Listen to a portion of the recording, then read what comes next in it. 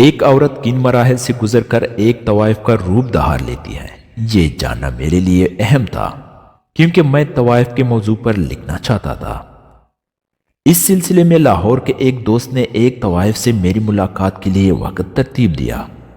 میں نے کیمبل پور سے لاہور کے لیے رخت سفر باندھا۔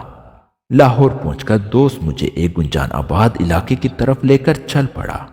تنگ و تاریک گلیوں سے ہوتے ہوئے ایک مکان کے سامنے رک گئے اور دستک دی۔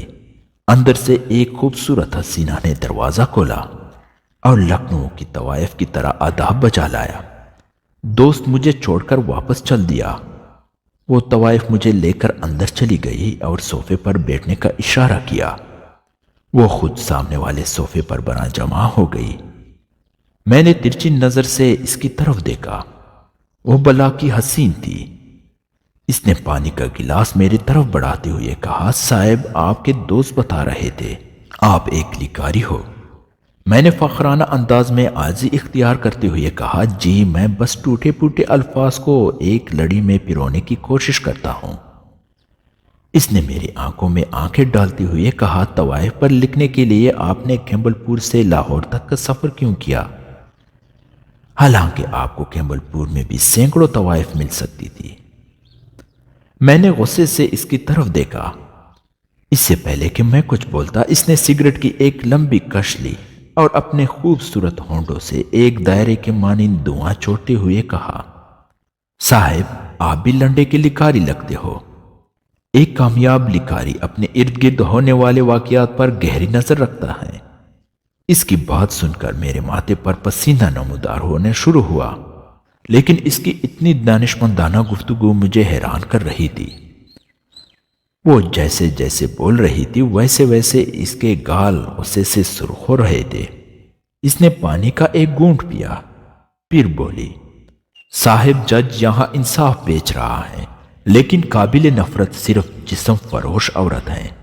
سیاستدان یہاں اپنا ضمیر بیچ رہا ہے، لیکن ان کو آپ لیڈر مانتے ہیں، جبکہ ایک مجبور طوائف کی جسم فروشی آپ کو چبھتی ہے۔ یہاں ڈاکٹر موت کا کاروبار کر رہا ہے، لیکن آپ کی نظر میں وہ مقدس پیشہ ہے۔ یہاں وکیل و پولیس رشوت لے کر جھوٹے مقدمات بناتے ہیں اور پولیس جھیلی مقابلوں میں قتل عام کرتی ہے۔ یہاں ملک سے وفاداری کا عہد کر کے شب خون مارے جاتے ہیں۔ یہاں قانون کو جوتے کے نوک پر رکھ کر حکومتیں بنائی اور گرائی جاتی ہیں۔ یہاں ملک کے وسائل اور کاروبار پر دن دہاڑے قبضے کیے جاتے ہیں۔ یہاں ملک کو معاشی اپاہج بنایا جاتا ہے۔ یہاں ریاست کے اندر ریاست بنائی جاتی ہے۔ یہاں حق مانگنے والوں کو غدار بنایا جاتا ہے۔ یہاں میڈیا دن کو رات دکھاتی ہے۔ یہاں صحافی اپنا قلم ٹکے ٹکے پر بیچتا ہے۔ یہاں استاد بچوں کے مستقبل سے کھیلتے ہیں۔ یہاں تعلیم صرف ایک کاروبار ہے۔ یہاں زندگی کا ہر شعبہ گرد آلود ہے۔ یہاں پیسے سے اوپر سے نیچے تک سب خریدا جاتا ہے، لیکن قابل نفرت صرف طوائف ہیں جو اپنے پیٹ کے جہنم کی آگ بجھانے کے لیے جسم بیچتی ہے۔ اس کے گال اس کے ہونٹوں پر لگی سرخی سے زیادہ سرخ ہو چکے تھے۔ میرے ماتھے کے شکنوں پر پسینہ ٹھہر کر قطرے قطرے یوں نیچے گر رہا تھا جیسے بارش میں کسی غریب کے کچے مکان کی چھت ٹپکنے لگتی ہے۔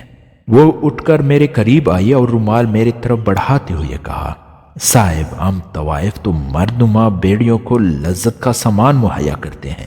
جس معاشرے میں آپ رہتے ہیں وہاں ایک طوائف کا وجود کسی نعمت سے کم نہیں۔ میں نے اس کی یہ بات سن کر ہلکا سا مسکرایا اور دل ہی دل میں سوچا کہ ایک طوائف کیسے اپنی جسم فروشی کا دفاع کر رہی ہے۔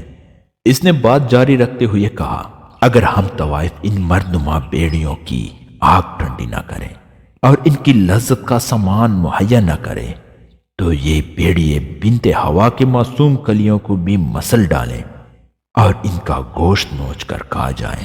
میں جو دل میں کئی سوال لے کر کیمبل پور سے چلا تھا وہ سب گم ہو گئے تھے، اور میں جو خود کو لکاری اور دانشور سمجھتا تھا ایک طوائف کی گفتگو کے سامنے لاجواب نظر آ رہا تھا۔ وہ اٹھ کر میرے قریب بیٹھ گئی اور میرے گال پر ہلکی سی تپکی دیتے ہوئے کہا، صاحب آپ نے کتے کو پانی پیتے ہوئے کبھی دیکھا ہے؟ اس اچانک سوال پر میرے منہ سے ہاں نکلی اور میں نے دل میں سوچا کہ شاید یہ خوبصورت طوائف بہت زیادہ غصے میں ہو تو ہوش و حواس کھو بیٹھی ہے، ورنہ یہاں کتے کے پانی پینے کی بات کی کوئی تک نہیں تھی۔ اس نے سگریٹ کا کش لے کر میرے طرف بڑھتے ہوئے کہا، صاحب، اس شہر کے بڑے بڑے لوگ جو مسیحا کا لبادہ اوڑھ کر آپ جیسوں کو بیوقوف بناتے ہیں، جب ہمارے پاس آتے ہیں تو ہمارے پاؤں کے تلوے اس طرح چاٹتے ہیں جیسے کتا پانی پیتا ہے۔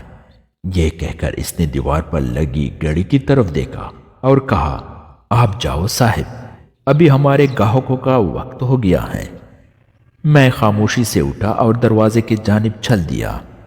اس نے پیچھے سے مجھے مخاطب کرتے ہوئے کہا، صاحب، اگر لکاری بننا ہے تو جسم فروشی طوائف پر نہیں بلکہ ضمیر فروش طوائفوں پر لکھا کرو، پھر آپ کو کیمبل پور سے لاہور نہیں آنا پڑے گا۔ اپنے قلم میں جرت پیدا کرو ورنہ تم بھی لنڈے کے لکاریوں میں شمار کیے جاؤ گے۔ یہ کہہ کر اس نے اپنے آنکھوں سے اشارہ کیا جیسے مجھے باہر جانے کا کہہ رہی ہو۔